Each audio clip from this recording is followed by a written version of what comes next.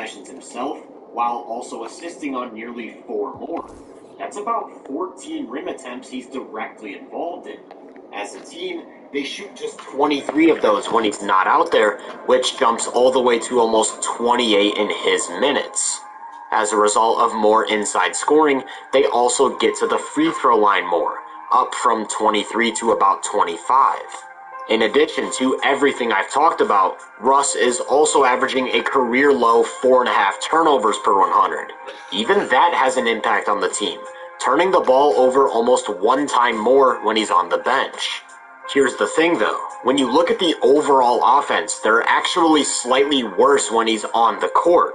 Now, it's worth noting that both marks being over 120 is absolutely not a negative thing towards Russ whatsoever, and more so speaks to how ridiculously good the Clippers are. With that said, when you dive a little bit deeper into the context, these numbers tell an interesting story. So far this season, Russ has played 683 minutes in lineups of 2 or less starters, and in that time they've had about a 117 offensive rating.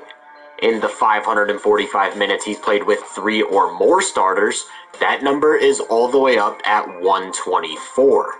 The league's average is about 116, showing that Westbrook's lineups are consistently above average, regardless of who he shares the floor with.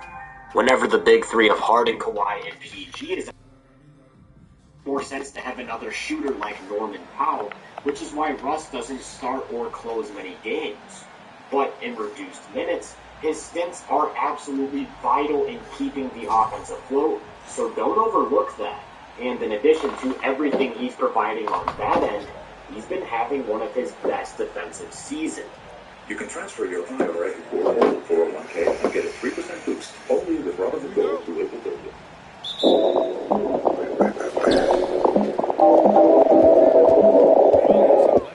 He spends most of his time matched up with wing creators, where he plays this super aggressive style of on-ball defense. Of course, he's quick enough to get in front of drives with the strength to hold his ground, but he also uses his length to hunt for steals.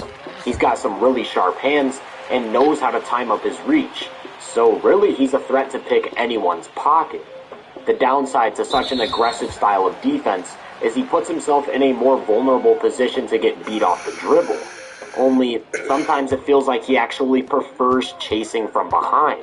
He's absolutely devastating in rear pursuit. I like to get beat off the dribble, he's basically so on that way the I play can by pop the the time ball out Thomas crosses half court, yet with a little burst of speed and a good lead. He's doing his best impression of prime LeBron. You'll have the possessions that are essentially a game of chase between cat and mouse, patiently following the ball at every turn as he waits for an opportunity to pounce.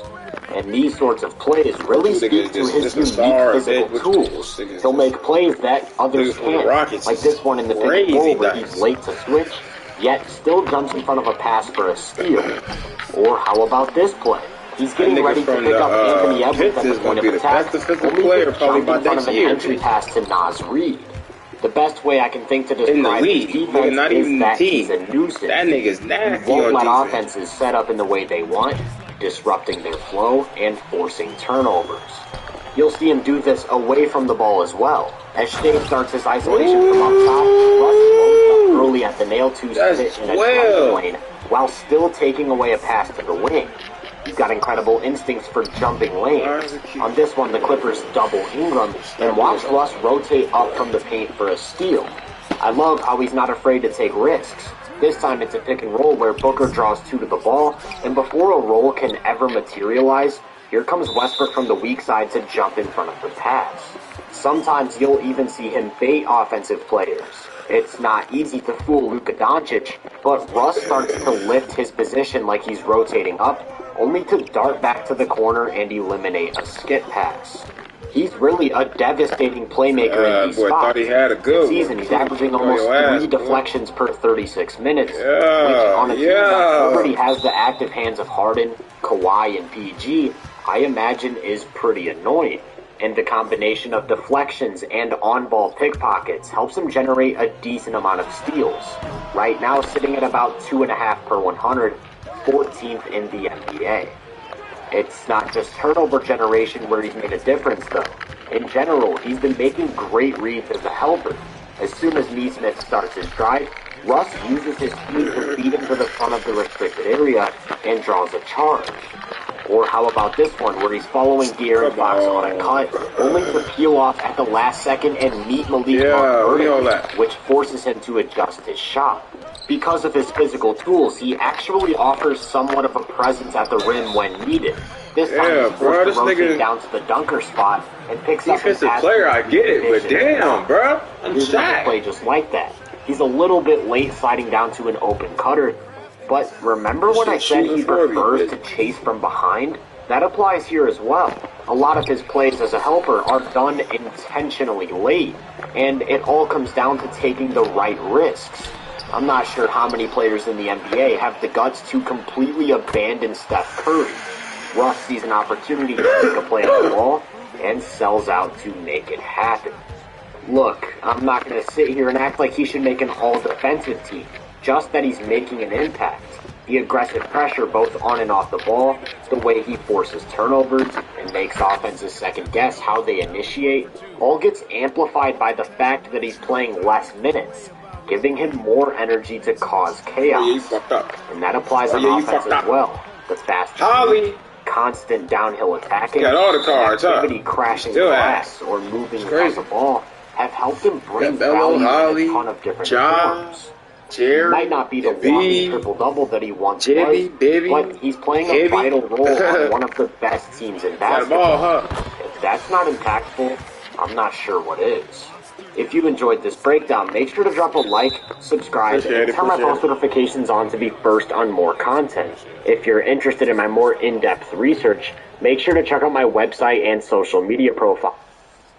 New Tylenol Precise, the fast-acting formula for targeted pain relief, precisely where you need it. T-Mobile built a 5G network so powerful it goes beyond the expected. Now T-Mobile 5G internet for homes and businesses is here. Also here, even here. Whatever shape your home or business is, T-Mobile is bringing high-speed internet to towns across America. In last year's playoffs, Devin Booker went on one of the craziest shooting runs you'll ever see. He made over 50% of his threes, 56% of his mid-range shots, had back-to-back games against Denver where he averaged 41 points on 89% true shooting. I mean, we're talking about some video game numbers. The thing is, the run only lasted 11 games and revolved around him knocking down impossibly tough shots at a seemingly unsustainable rate. So a lot of people just chalk it up to hot shooting over a small sample.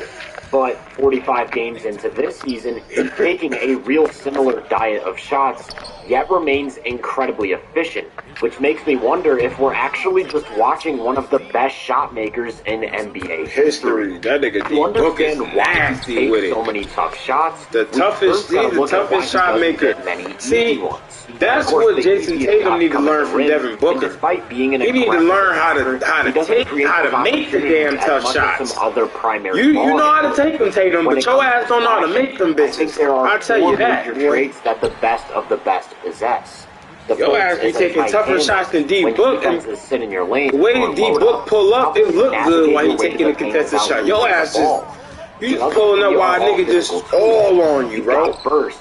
And I'm not no rhythm, no nothing. Your speed, but how good you are at accelerating. Sometimes a simple change of pace can get you right by a defender. But as good as D-Book is, bro, ain't nobody. Gap in the defense, or you get nobody, bro. Down the lane. The ability to take one or two long strides can be the difference between a layup or getting so cut special, off bro. Don't make no completely. fucking sense, bro. And finally, the last one is strength. If you do get cut off and can just go through the defender, well, all of your problems are solved.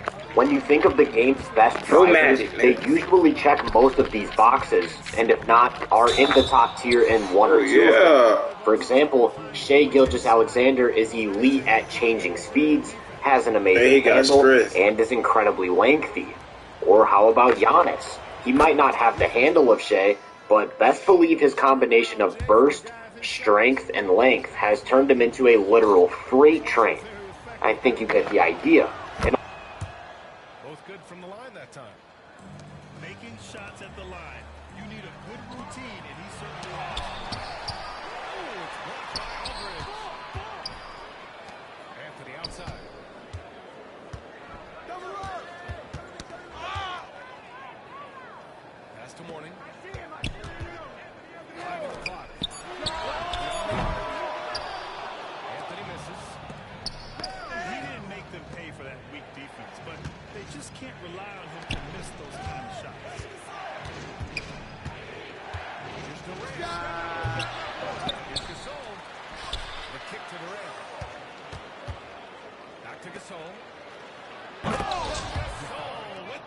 Yeah, they'll drive a lot, but they'll get there in other ways as well, separating themselves from the pack as interior scorers.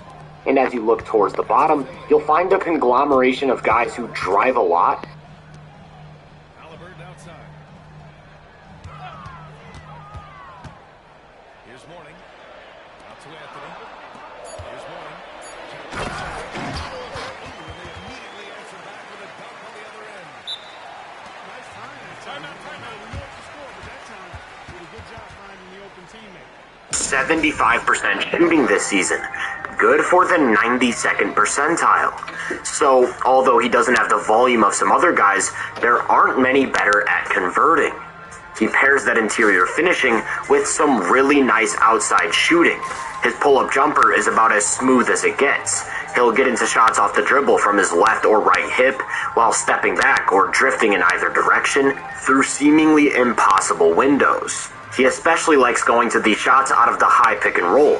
Biombo comes up near the three-point line to take away that space, so Booker just pulls from multiple feet behind it. He also loves these shots in transition. If nobody slows his momentum by the time he crosses half court, he'll set up some absolute bombs. Over the last 3 seasons, he's hit 34% of his off-the-dribble threes, landing him in the 62nd percentile. And if you look at just It's this supposed to be a year, 50-second timeout. How the fuck? it's a pretty good mark. Nasty like that, bro. You thought you had a free dizzy. That top tier. Thought you had a... Bro, what the fuck is you doing? Shooting as a way to create. Oh, you fucked up that whole momentum play, bro. He hesitates at the line Damn. before continuing his attack and gets to a mid-range jumper. I won't say the mid-range shot is frowned upon in today's NBA, but it's certainly not what it used to be. Back in 2001, just 46% of all shot attempts came either at the rim or from three, meaning that more than half were taken in the mid-range. You can see how the average shot diet changed over the years. In 2005, you had Mike D'Antoni's Suns putting an emphasis on pace and space, which sparked some change around the league for years to come, steadily increasing until you arrive in 2015, when Steph Curry and the Warriors won their first chip. From there, the growth became exponential, and before it had a chance to slow down, along came D'Antoni's Rockets, shooting threes at a never-before-seen rate. That takes us to 2020, where the league hit an all-time peak, more than 70% of all shot attempts from inside or out. Since then, it's steadied, and in 2024, we're looking at just under 69%. What was once a majority has now turned into a scarcity with the mid-range. You want to know where Booker lands? All the way down here. 45.8% of his shots come either at the rim or from three, which would be below the league's average when Shaq and Kobe were winning their second title, before Jordan ever played for the Wizards. While LeBron was just in high school, you get the picture. So, with the shot diet of Latrell Sprewell, how in the world does he have the efficiency of P. James Harden? Well, a lot of it comes down to how good he is at operating in the mid-range. They want you to spend that money on that VC. Just under 11 mid-range shots every 75 possessions. It's a good card, but I ain't... And hitting almost 50% of them. These That's packs elite full gold, bro. That's why I never buy these bitches, bro. I go straight to the pack, to the player market. Nigga, why the fuck am I buying packs? Fuck these packs. That could be which hip they want to pull from, which direction they like to be moving in while setting their feet. I used to buy the packs when it comes to Booker, just to sell all of it.